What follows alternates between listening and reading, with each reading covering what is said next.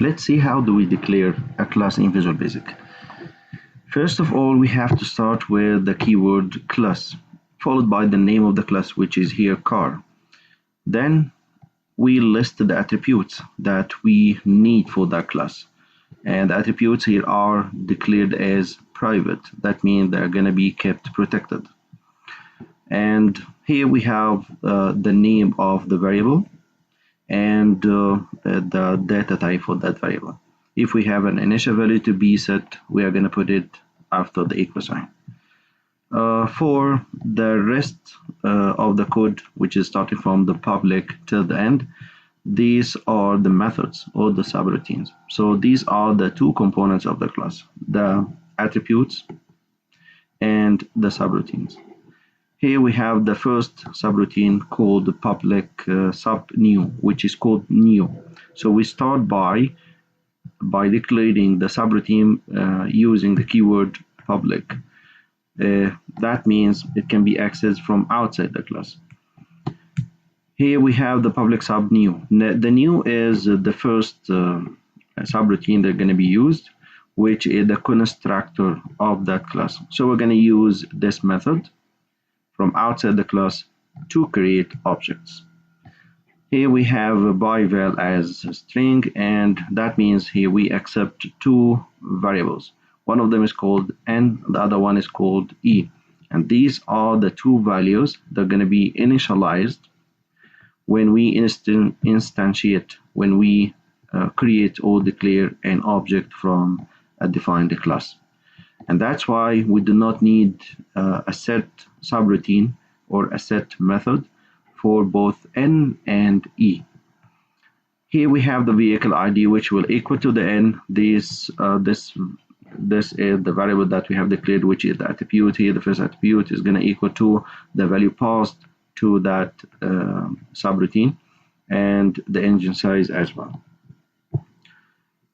Here we have the rest of the methods. The set purchase price, which will accept one attribute from outside the class, which is called P, and is going to be assigned to the purchase price.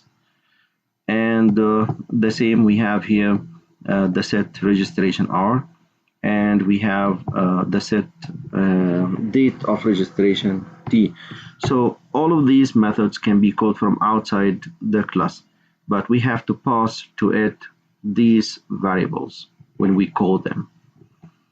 The rest of the code is in the next slide. Here we have the function get vehicle ID, and this is the function. It's not a subroutine. It's not a sub. Why? Because we need to return a value. That's why we use a function. So this function is gonna be used to access the vehicle ID value from here. There's vehicle ID, this one. Then is gonna return it to the calling method or subroutine outside the class. So we can call these functions by the name from outside the class, and these functions after operation it will return the value needed to the calling subroutine. At the end here we have the end class. Again, in Visual Basic, to instantiate a class, to instantiate an object from a class, we use the following code. This class as new car. You remember the new word we used in the previous slides. The new for the instructor. Let's see it again. This is the new one. This is the new word we used before. This one is used for the instantiation of the class, and we call it the instructor. So here we declare this class, we declare an object as car, and these are the two values passed to that should be passed to the instructor when we instantiate an object from the class car. Let's return back. Here we said that the instructor is going to accept two values, n and e. N is used for the vehicle ID, and E is going to be used for storing the value of engine size. That means we have to pass both the vehicle ID and the engine size. and the two are of string type. And that's what happened here. Here we have the first value, which is going to be used for the vehicle ID, and the second one, which is going to be used for the engine size. Now we need to access the methods in the class, because the methods within the class have been declared as public, so they can be accessed from outside the class. So in Visual Basic, this is the line that's going to be used to access one of the methods called setPurchasePrice. So we have to name the object that have been declared in the previous slide, this car, dot the method setPurchasePrice, and we have to provide one of the values. As you remember, the setPurchasePrice, let's see it. SetPurchasePrice accepts one value as decimal, which is going to be assigned to the purchase price variable or attribute that have been declared here. That's why we are going to say the name of the object, which is this car, dot setPurchasePrice, and the value assigned, which is in decimal. The following code is used to print the vehicle ID. So here we are going to say console.writeLine between brackets this car dot get vehicle ID. In this line of code, we use the get method. One of the get methods is get vehicle ID, which is actually a function that's going to be operate or is gonna run within the class to get the vehicle ID that have been assigned to the attribute vehicle ID and return it back to the calling procedure, which is console.writeLine, to write this on the screen. Inheritance. In classes, we can create base class, which is called superclass or the main class, and from that class we can derive further classes which have the same attributes and methods. These classes are called subclasses. The main idea here is that we do not need to copy or type again the same attributes, the same class, the same methods to the subclasses. Instead, when we create a subclass from a base class, automatically it will inherit or copy the same attributes and the same methods. Plus, they might have their own attributes and own methods that are not shared with the other subclasses. As you can see from here, from the picture we have here, this is the library. Consider that we have a library item class. In that library item, we have some attributes, we have some methods, and we derive subclasses, two subclasses. One of them is called the book, and the other one is called the CD from the same superclass. That means the same attribute that have been defined here and the same method that have been defined in the main class is going to be copied or shared between the two subclasses. But inside each one of the subclasses, we might have private attributes and methods, which is not shared with the other subclasses. The concept abstract class is a base class. It's a kind of base class which is not used directly to create an object. So we cannot create an object directly using that class. Instead, we can create the object based on the subclasses that have been derived from that main class. Like here in that example. In this example, we created a superclass, which is the base class, and we have two subclasses.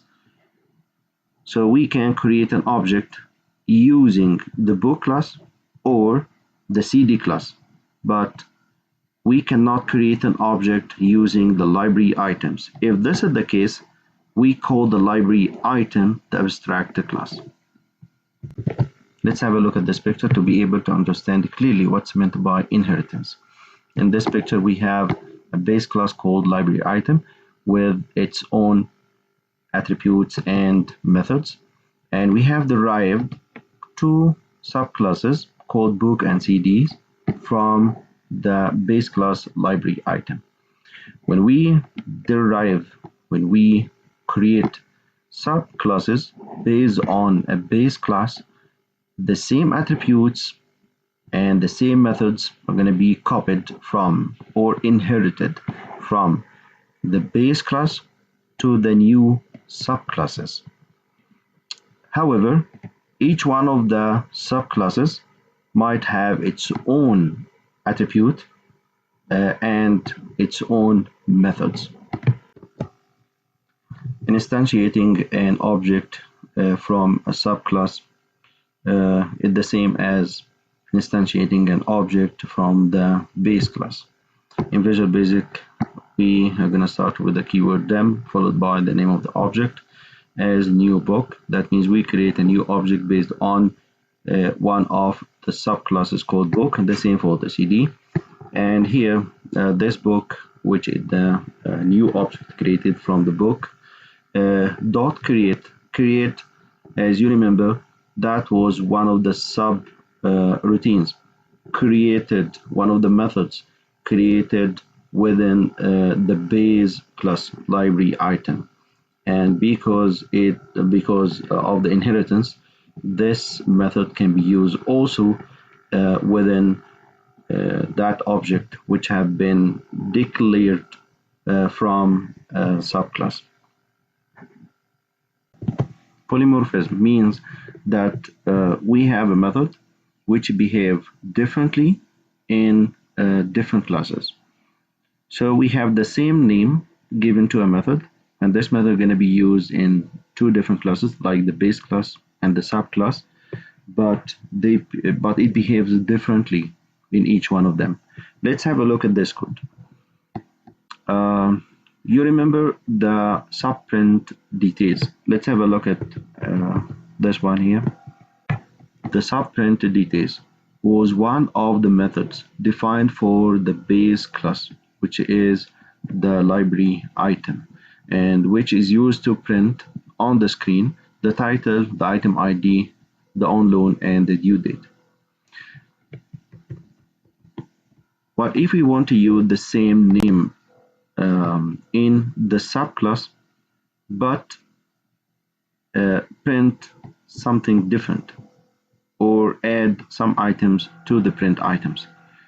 So what we're going to do is we're going to add the word overridable before the subprint details in the section of the base class here. So we're going to add here the word overridable here. Then in the subclass, like the book class, we're going to add the same name again, like public. We're going to say public overrides subprint details, and we're going to write some of the code here between public and the end sub.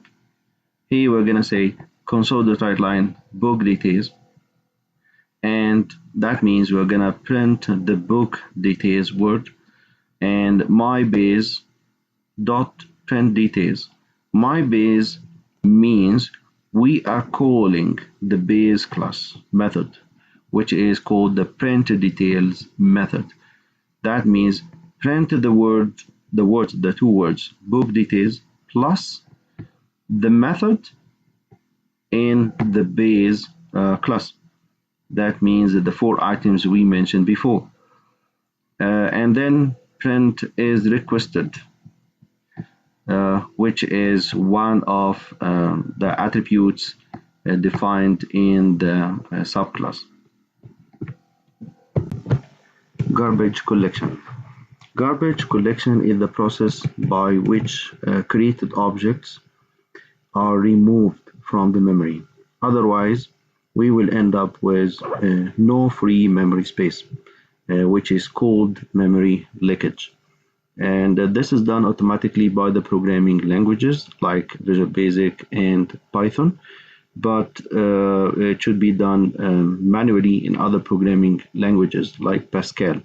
As an example, in Pascal, we might put the name of the object dot free keyword. Containment. This is another expression when we talk about classes. Containment explains or describes the relationship between classes. For example, we might have a class which contains inside it an object that have been derived or instantiated from another class. As an example, here we have a car class, and here we have the wheel class. We might create an object from the wheel class, and this object is going to be part of the car class. So the car class here now contains one of the objects, which is called the wheel, which is based on the wheel class. That's why here we have one, two, many. That means many wheels can be declared as objects within the class of car.